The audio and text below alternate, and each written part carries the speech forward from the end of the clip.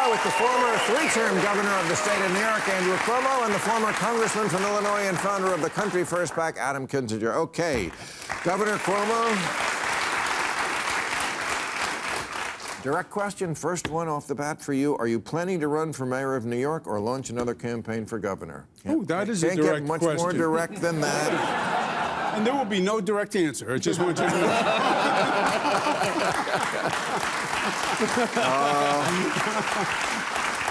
Come on, you two coaches. I know you're waiting for you to get out of the broad. You know, no, we're not going to get anything there? I have no current plans to make plans. Okay. Yep.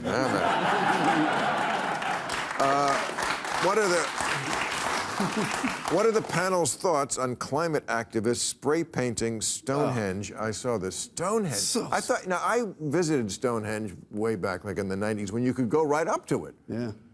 And then I see I don't know how they got up to it, because you're not supposed to. I know they roped it off. Is this a counterproductive tactic or a smart way to direct attention to their cause?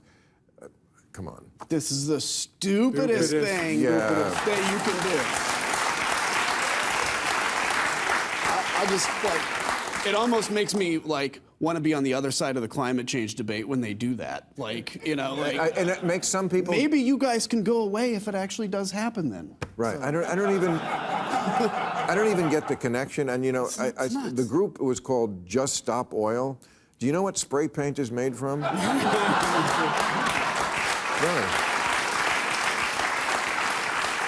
Nuts. And oil is also what makes plastic, right? Yeah. Isn't that a petroleum product? Yeah. I mean, the idea that, look, I'm all for, I would be the first one online to give up the plastic, because I think plastic is one of the worst environmental things we do. But I don't know. I mean, we're so far gone. It's like asking people to give up the remote. Mm-hmm. Like if somebody said to most people, if you went back to having to walk up to the TV, like when we were kids, you're probably too young, but when we were kids, really, and you actually, would you, if that solved I bet you nobody would do it. Yeah. I bet you get 5% of people would do it. But no, I'll die younger. Children would use this remotes back then in my house. My father said, "Go change the channel." I was the remote. Yeah. Exactly. Yes. How will the new pact between Russia and North Korea disrupt the balance of power in the world? I think it shows that Russia is increasingly desperate. The front lines have stabilized in Ukraine. The weapons gap is shortening, and he has to go to North Korea to beg for weapons. And what we find out today is South Korea is thinking about opening up their arsenal of 155, which is artillery rounds. So this is really a bad look for Vladimir Putin, and I think it just goes to prove he is simply trying to buy time to see if Donald Trump wins in November, and he's doing it at the cost of his people's lives.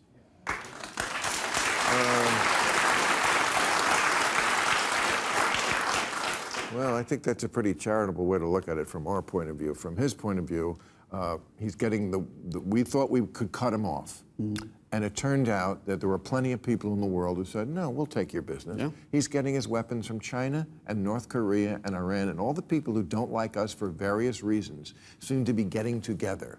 I know George Bush used to love that phrase, axis of evil, when he just made it up. It didn't really make sense back then.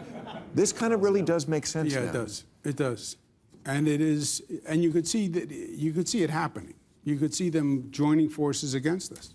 But that's what happens. See, that's the difference between when you do have a president, love him or don't love him.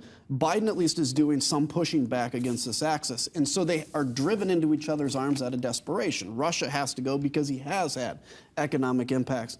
Donald Trump was this is what drives me nuts, is when the GOP say he didn't invade under Donald Trump. It's Ronald Reagan that said we can have peace and we can have it tomorrow. Surrender. And that's what Donald Trump basically did, was giving these people everything they wanted. He went to North Korea and wrote about love letters with Kim Jong-un. Right. So yeah, they're coming together, but that's as a result of a stronger U.S. foreign policy. Okay, what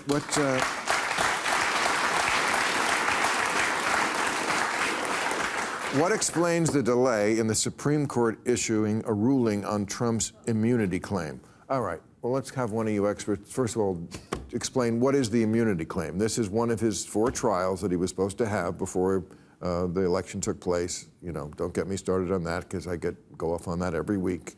They should have done this. They had all the time in the world. Merrick Garland, another useless apparatchik from the Democratic Party who couldn't get it done. The immunity claim. This is the one where Trump is claiming that you can't put me on trial for anything because as president, I can basically do anything, including kill people, right? I had immunity. And it's 114 days, I read, said that the Supreme Court has had this. Is there any reason they needed 114 days to think about this? No. No, I mean, look, I think obviously somebody's stalling. It's one thing when you put out a big landmark decision like Roe versus Wade and you do it at the end of a term because, you know, abortion's been a certain policy for 50 years. This is a time of the essence, and somebody is trying to delay. That said, even if it comes out next week, there is still, Judge Chuckin gave 88 days until the trial started. I could see her still starting the trial in September. Donald Trump will say it's too close to the election, and she'll say, you're the one that appealed. I was ready to go at the beginning of the year. So I still think it's possible that this goes. Yeah, but you know what's scary about this, from my point of view? The trials in New York, you had Florida, Georgia, and 2 in New York. The 2 trials in New York, New Yorkers said, 66% said the justice system is politicized. And there's nobody in New York who likes Trump. And still, 66% said the justice system is politicized. That's why I think he's not paying the same price for these verdicts, because they believe it is political. And you want to talk about a threat to democracy. When you have this country believing you're playing politics with the justice system, and you're trying to put people in jail or convict them for political reasons, then we have a real problem. Well, and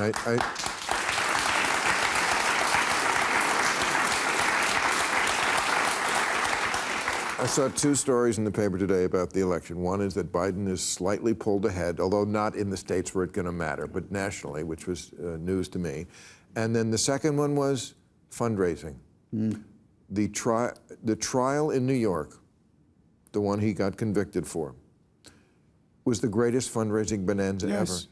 He was lagging behind Biden, and now he's pulled quite a bit ahead. That trial was the greatest reason people had to send their checks for $5, $10, $25, whatever dollars to Donald Trump. Yeah. So, I mean, look, it's a Hobson's choice always with him, because he's always guilty. Yeah. It's not like he's not guilty of any of these crimes, but the repercussions might be worse. I mean, this is something politicians always had to face. Remember when Obama came to office, they were like, how can you not put those people in jail, those Wall Street people? And Obama was like, yeah, that would feel good, and it is the right thing to do, but it's also more the wrong thing to do because it'll tank the whole economy. Those are the kind of tough decisions that you have to make. So I was always with you on the one in New York, the hush money trial. I don't think they should have brought that one. It was just always going to look like a sex case, and people were always just going to look at it that way. So anyway. That case, the Attorney General's case in New York, frankly, should have never been brought.